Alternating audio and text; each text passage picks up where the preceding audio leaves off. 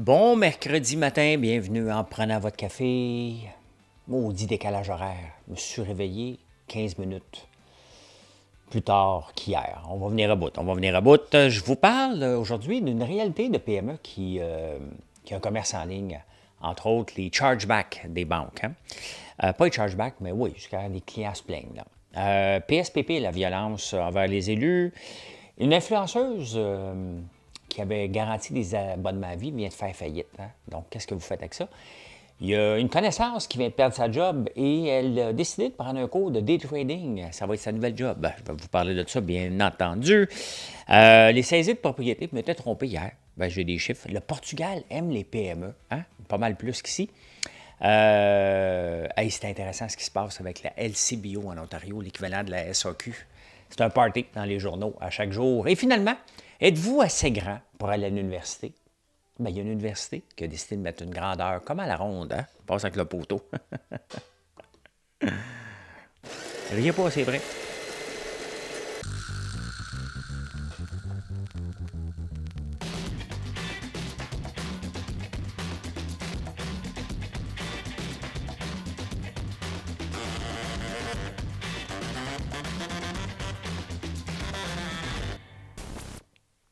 Ne riez pas, c'est vrai pour la grandeur. Je vais vous parler de ça tantôt dans les insolites, si vous voulez aller voir. C'est quoi? Bien, allez voir tout de suite la section en bas, marqué insolite, mais sinon, restez avec moi. En tant que PME qui fait du commerce en ligne, hey, une petite parenthèse. Mathieu a mis les guimauves sur notre site américain parce qu'on a un site dédié aux États-Unis. Quand vous allez sur ce site-là, on vous dit, ben, venez donc sur le site François Lambert si vous êtes au Québec. Le site, c'est IFL Goods. Et depuis qu'il a mis les guimauves, nos ventes augmentent de plus en plus. Hein. Donc, c'est le fun de voir ça parce que c'est un gros marché. Les guimauves, hein, il y en a de la compagnie qui m'inspire beaucoup, c'est Marshmallow Co. en Australie qui en vendent partout. Donc, si on peut aller percer une partie du marché américain avec ça, bien, tant mieux, tant mieux, tant mieux, tant mieux. Donc, voilà, je vais lui dire quand il va se réveiller. On a eu une commande justement de ce site-là. Et une Karen de Washington qui travaille pour l'ambassade du Canada. Et je vous en ai déjà parlé, elle avait commandé 200 petites canettes. Il y en a deux qui avaient bossé. Puis elle dit, moi, je ne peux pas reprendre ça, il faut que tu reprennes au complet. On reprend au complet 200 canettes. On le retourne. Il y en a un autre qui était poqué. Elle dit, ah non, je ne peux pas le prendre, il faut que je le retourne. Ben, je dis, ben non, regarde, on va vous en donner rien qu'une. À un moment donné, il faut utiliser une logique. Non, non, non, non. Fait que là, imaginez-vous, on a envoyé les canettes, on s'est plaint, et elle a décidé de garder les canettes maintenant et de faire un chargeback, donc d'appeler sa compagnie Visa. On s'est plaint, on a dit non, non, non, on a envoyé toute la documentation, mais regardez comment les banques font, hein, pour s'assurer de tenir en otage les PME. On a dit, OK, parfait, on va mener une enquête, les papiers sont déjà là, mais pour mener une enquête, il faut que je paye 420$ US plus 120$ de frais d'activation US. Donc, en partant, pour avoir raison, je dois, si je perds, je dois payer au minimum 700$ US pour une facture qui est assez élevée, mais qui ne vaut pas la peine parce qu'il n'y a personne qui le fait dans ce temps-là. Et vous voyez comment on s'assure de toujours squeezer les PME. Tout le temps, tout le temps, tout le temps, tout le temps, tout le temps. Donc, il y a des crasseurs dans la vie. Et quand c'est le gouvernement du Canada, ma chère Karen, quand c'est le gouvernement du Canada qui fourre les petites entreprises, c'est gênant en tabarnouche. Vraiment gênant que le gouvernement laisse faire sa Karen. Mais qu'est-ce que vous voulez que je fasse? Que je fasse une plainte? Où? Hein? Par rapport à ça, rien. Mais c'est très, très, très décevant de voir qu'une employée du gouvernement du Canada qui a acheté nos petites canettes et qu'il y en a seulement sur 200, il y en a une seule qui a été bossée dans le transport, refuse, garde les canettes et demande un chargeback. Ça fait mal aux petites entreprises. Qu'il y ait des crosseurs comme ça, il y en a à l'occasion. Mais que ce soit le gouvernement du Canada qui est comme ça, c'est gênant puis c'est fâchant. Fait que dans le cul, le pain de sucre, les, les, gouvernements. C'est toujours la même chose quand tu deals avec des gouvernements. Il y a toujours une Karen là, qui va avoir raison. Là. Ben, ça vient de me coûter une petite fortune pour une entreprise comme moi. Hein? Fait que c'est la vie entrepreneuriale, ça. C'est notre vie. De dealer avec des imbéciles comme ça puis des profiteurs. Ah ben, ah ben, ah ben, ah ben. Hey, si vous voulez voir un spectacle se dérouler sous vos yeux, là, allez lire le Globe and Mail, National Post, le Toronto Star. C'est les journaux plus ontariens que je lis. Et c'est un spectacle de voir ce qui se passe avec la LCBO. La LCBO qui est l'équivalent de la SAQ, qui va fermer ses... pas fermer. Il va fermer ses beer stores, mais aussi les prêts à boire, là, ce qu'on a beaucoup ici dans les dépanneurs et les Beach d'Everyday, puis les Romeo Gin et tout ça, qui est vendu uniquement dans la LCBO. Maintenant, ça va être disponible dans les dépanneurs aussi. Le problème, c'est que c'était supposé se faire en 2 étapes et la LCBO est en grève, veut protester contre ça, donc ils sont partis en grève. Il y avait le droit de faire la grève à ce moment-là. Donc, ils veulent contrebalancer. Et là, le gouvernement vient de décider de leur jouer un petit tour et de dire OK, parfait. Donc, les prêts à boire, ça ne sera pas au mois de septembre, ça va être là, direct là. Et là, ça capote. Ça capote. Les journalistes, ils sont en train de détruire un écosystème. Je rappelle que ça marche déjà comme ça ici au Québec. Hein. Donc, il est en train de faire le même modèle qu'au Québec. Et ça se peut qu'il le pousse plus loin. Moi, j'aime ça, un premier ministre comme Ford, qui dit OK, vous voulez me niaiser? Bien, regardez, je vais aller encore plus vite. Et ça, on n'a pas ça ici au Québec. On a des mitaines, on a peur des syndicats. Hein? On prépare notre réélection, mais c'est pas comme ça. Hein? Il faut, à un moment donné, dire regarde, nous, on prend une direction, on s'en va là. Sincèrement, avoir des beer stores qui avaient l'air des entrepôts plates à mourir en Ontario et ne pas avoir des prêts à boire dans les dépanneurs où ce qu'on est rendu. Je rappelle que l'Ontario, tu peux acheter du pot dans certains dépanneurs. Là. Ils sont assez un petit peu plus avancés que nous autres. Là. Donc, honnêtement, je lis ça chaque jour puis je me dis, oh, c'est le fun à lire. Parce qu'ils ont peur de la privatisation. Les journalistes ont peur de la privatisation. Tu sais, les journalistes, là, ne sont pas là pour toujours rapporter la nouvelle. Hein? La plupart des journalistes, ce sont des gauchistes. Donc, eux autres, ils veulent l'intervention de l'État, puis contrôler, puis non, le gouvernement ne peut pas faire ça. Au lieu de regarder, regarde, ça se passe au Québec, et le Québec a décidé de ne pas aller plus loin.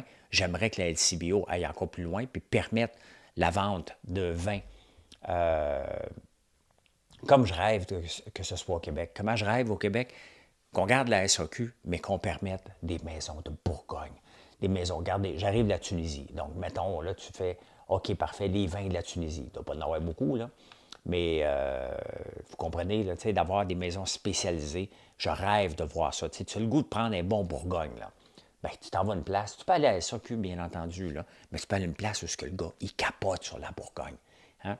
D'ailleurs, c'est beau en maudit, la Bourgogne. Très, très, très, très beau. Mais bref, c'est un spectacle à chaque matin que je lis les journaux, de voir la peur des journalistes, la peur des syndicats, puis Doug Ford qui continue à avancer là-dedans, voulant dire « Manger de la chenoute, on va faire ce que ça me tente. » J'aime ça. J'aime ça. Hey, ça a l'air de rien, mais à tous les jours, il n'y a pas une journée, dans tous les journaux, qu'on ne parle pas du back to school et comment ça va coûter.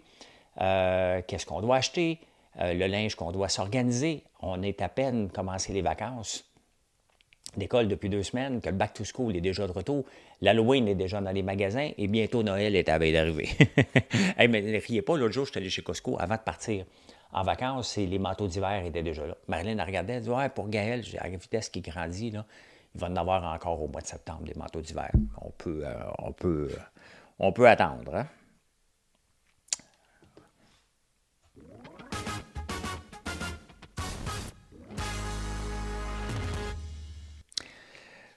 Vous savez, Paul Saint-Pierre Plamondon a déjà eu un problème avec un coucou sur les réseaux sociaux, puis a eu peur, puis avec raison.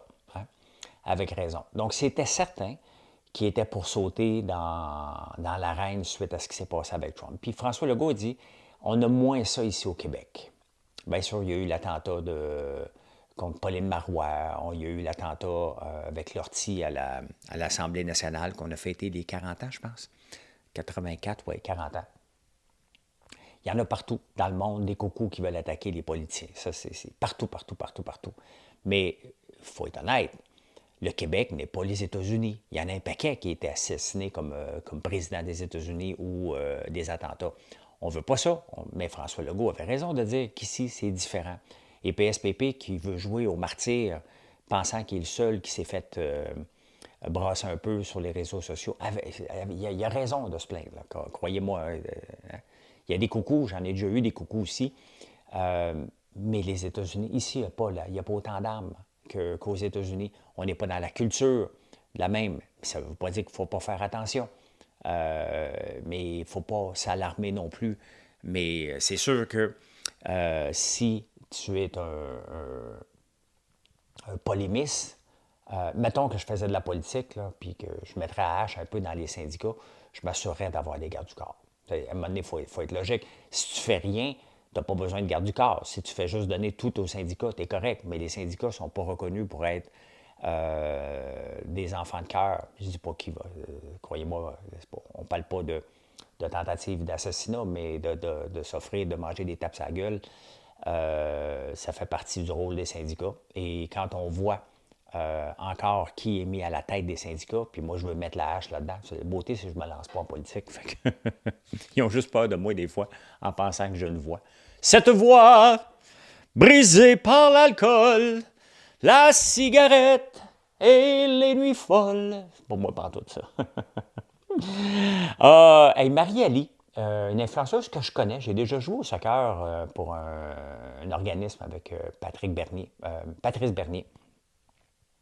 C'est pas une amie, je l'ai connue juste là. Et elle avait 750 000 personnes. Elle a encore 750 000 personnes qui la suivent sur Instagram. Et elle vient de faire faillite.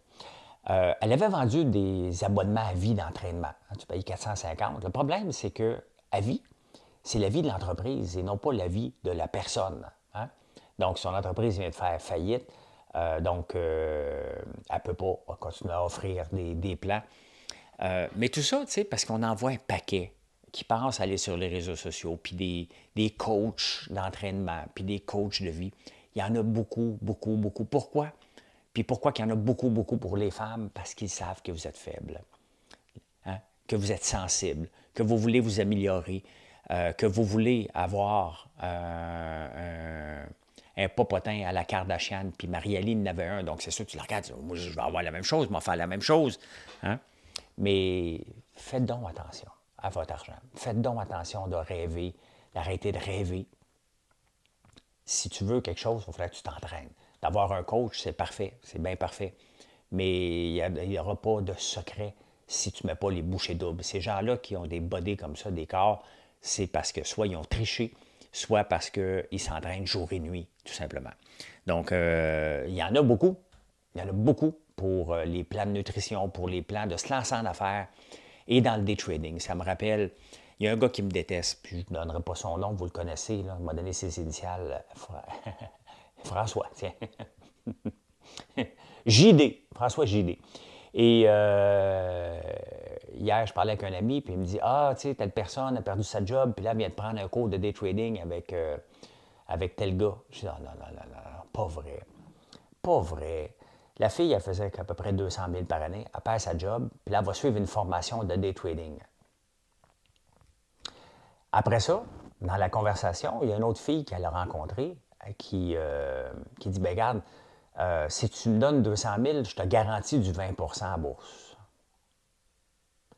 Si tu es capable, là, sincèrement, elle le fait, elle va le faire. Là. C'est triste. Embarquez pas là-dedans. Je vous donne des avertissements à tous les jours hein, par rapport au Bitcoin, par rapport au placement à la bourse. Les placements à la bourse, là, si tu veux faire de l'argent, ça prend de l'argent. OK? Faire du day trading, là, c'est une job. J'en ai fait du day trading longtemps.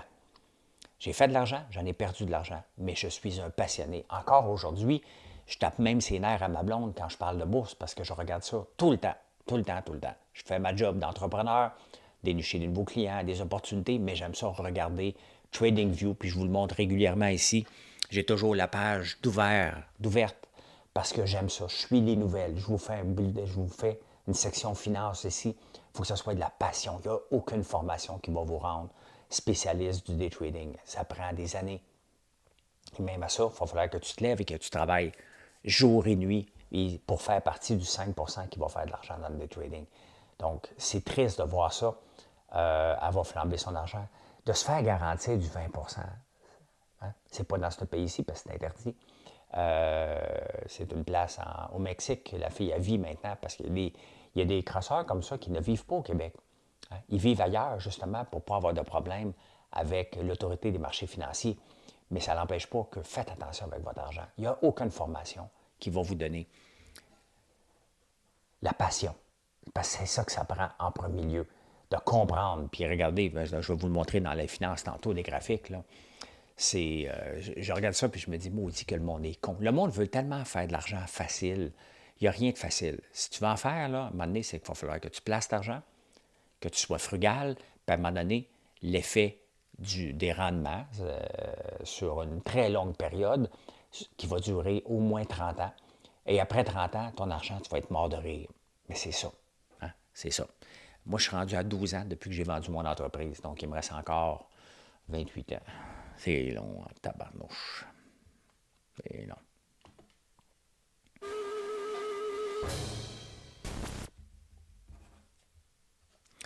Mesdames et messieurs, on s'en va le 17 juillet 1978. Hey, le ministre Roberge capoterait de voir ça. Selon l'Office de la langue française, les 215 000 panneaux de signalisation arrêt-stop devraient lire stop seulement. Le quotidien de Gazette révèle en effet que l'Office de la langue française a fait une recommandation en ce sens au ministère des Transports, affirmant que le mot arrêt, utilisé comme verbe à l'impératif, constitue une faute de grammaire. Tandis que stop était bien français. De plus, stop est utilisé partout dans le monde selon Lise Trudel de l'Office. Dès 1878, le dictionnaire de la langue française inscrivait le verbe stopper, signifiant donner l'ordre d'arrêter. Si le ministère des Transports donne suite à une recommandation de l'Office, plus de 15 000 panneaux de circulation qui sont à la propriété du Québec devront être changés. De plus, les municipalités pourraient être appelées à remplacer 200 000 panneaux dont elles sont la responsabilité au coût de 15 $ l'unité. Coûtait pas cher, 1978, un panneau. Imaginez-vous qu'il faudrait remplacer les panneaux. Aujourd'hui, combien ça coûterait? Ça ne coûterait pas 15 $ chaque. Là. Donc, l'Office de la langue française a fait une recommandation en 1978, qui n'a pas été tenue, bien entendu. On voit que arrêt. Donc, ça me fait rire. Ça fait rire les oiseaux. Ça fait rire François aussi. Bon, je parle de moi à troisième personne. Ça y est, je suis rendu là.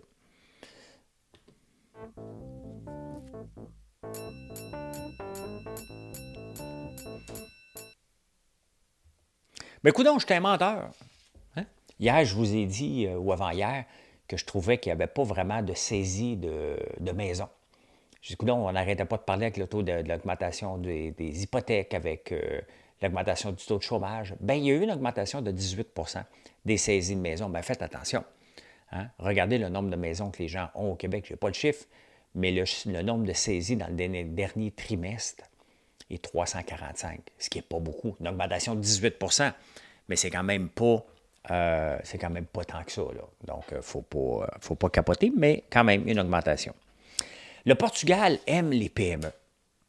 Le Portugal, qui vient d'élire il n'y a pas longtemps un gouvernement de droite, a décidé de couper les impôts des PME et des entreprises en général, mais aussi des PME, parce que leur philosophie étant, ils vont remettre de l'argent dans l'économie puis ils vont faire de la croissance. Vous pensez, hein? Il y a une grande mentalité qui pense que les entrepreneurs sont tous riches et qu'il faut les taxer davantage parce que sinon, ils s'enrichissent puis ils se payent des gros voyages. Hein? Et même en vacances, il y a quelqu'un qui me dit pendant que monsieur voyage, ses employés font de l'esclavage. Hein? C'est ma famille. Essayer de contrôler ma famille ne marche pas, puis je suis pas un gars qui fait de l'esclavage, les amis, là, loin de là. Mais les Portugal avaient un taux d'imposition des entreprises de 21 %. Ils vont le réduire à 15 % et à 12,5 % pour les PME. Ça veut dire que les entreprises, ça se peut qu'il y en ait qui se versent des plus gros salaires, des plus gros dividendes. Ben oui, c'est possible. Mais la plupart vont se servir de ça comme la croissance. Une entreprise est toujours en croissance, puis ce qui nous limite, c'est l'argent qu'on a disponible. On doit payer des impôts, puis c'est bien correct. Mais en pensant qu'on va en faire payer beaucoup, un peu comme le gouvernement du NPD de la gauche rentre au pouvoir, bien, on pense qu'on doit siphonner les entreprises parce qu'ils en font trop, puis ils ont tous des paradis fiscaux. Ça, c'est la vieille mentalité de Québec solidaire et de NPD. Mais regardez au Québec, en ce moment, les PME payent 20 20,5 % et au Québec, les entreprises payent 26,5 % d'impôts. C'est énorme, hein?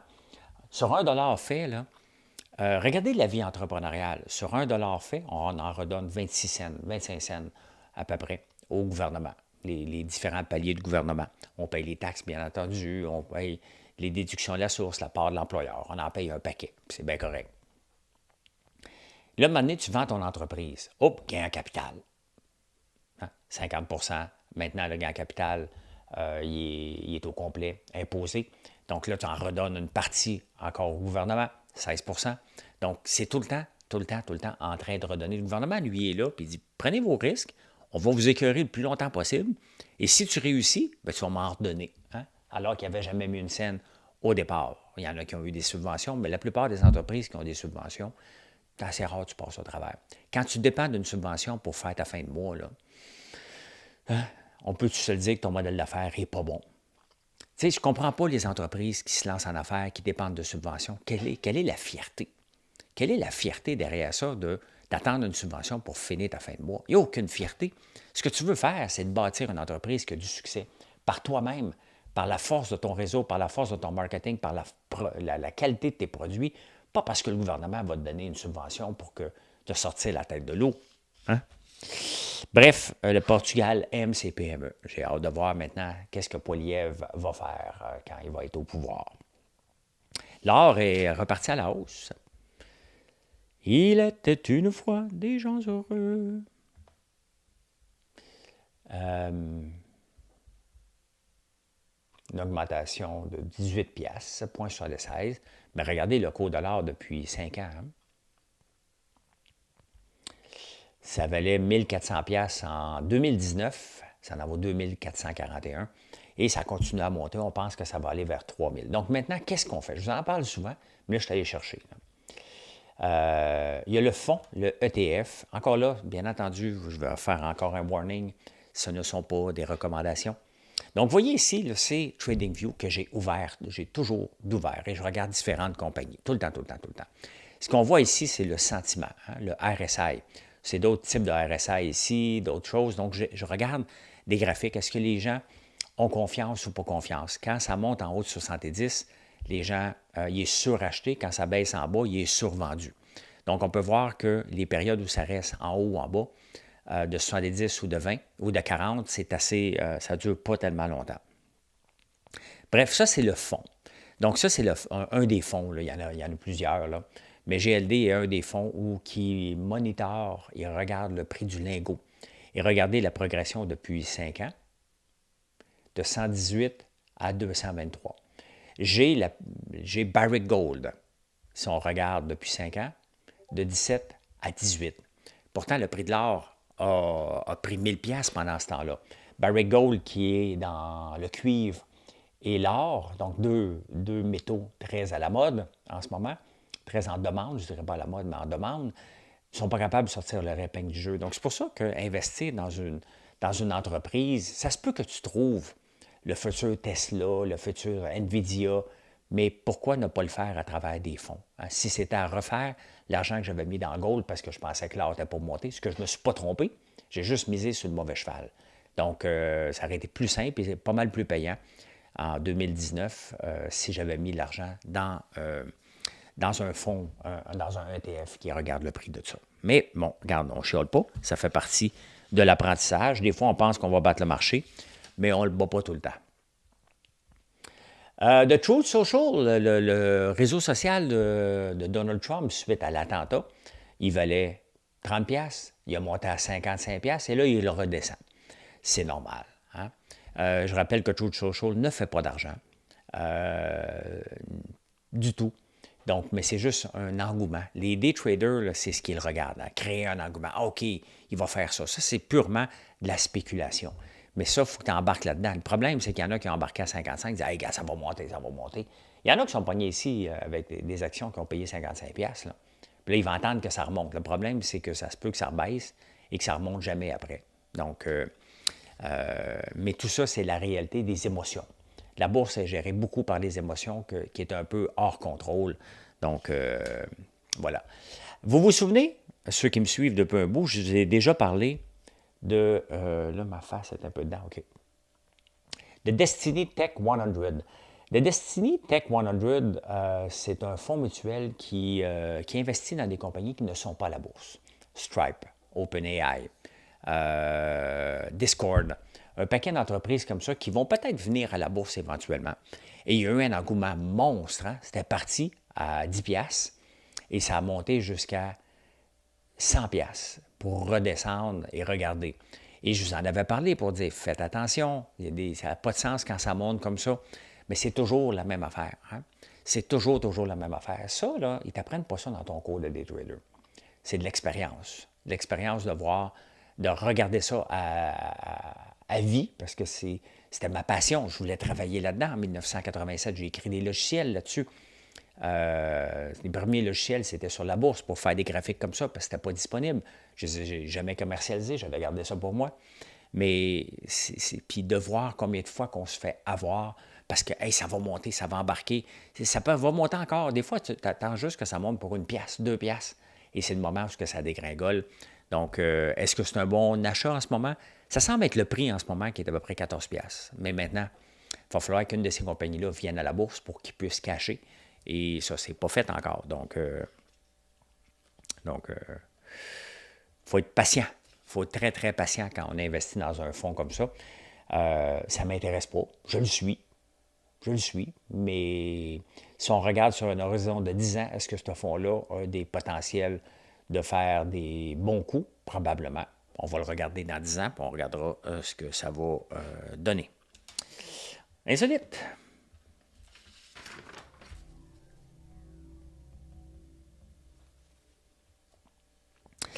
Ah ben oui, une université au Vietnam a décidé que pour être admis, les femmes devaient mesurer minimum 1,58 m et les hommes 1,65 m. 1,58 m, c'est 5 pieds 2. Et pour les hommes, 5 pieds 5. Le problème, c'est qu'au Vietnam, la grandeur moyenne est de 5 et 5 pour les hommes. Et pourquoi? Pourquoi qu'ils font ça? Bien, il y a une étude qui est sortie qui disait que les plus petites personnes ont moins de succès dans la vie. Donc, ils veulent avoir du succès, ils veulent être une université renommée mondiale. Donc, ils ont décidé de limiter les gens qui sont petits.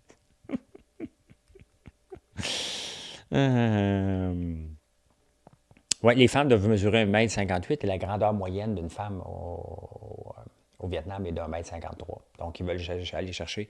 Imaginez-vous ça. Bien, on ne peut même pas s'imaginer parce que ça ne se peut pas dans nos pays, ce genre de situation-là. Mais ça existe dans d'autres pays. Hein? Ça existe dans d'autres pays. Et en parlant d'autres pays, imaginez-vous que 85 des Chinois, il y a 1,3 million de Chinois, bien, 85 de ceux-là, de la population chinoise, se partagent 100 noms de famille. C'est comme au Vietnam, il y a beaucoup d'Nguyen, là. Ici, il y a quelques Tremblay, là, mais imaginez-vous là-bas, hein, seulement 1,3 milliard, donc à peu près 1 milliard de personnes se partagent 100 noms de famille. C'est intéressant. Eh bien, je peux dire ceci. Merci d'être là. Merci de nous faire confiance et je vous souhaite une excellente journée. Venez nous voir sur françoislambert.one. Bye.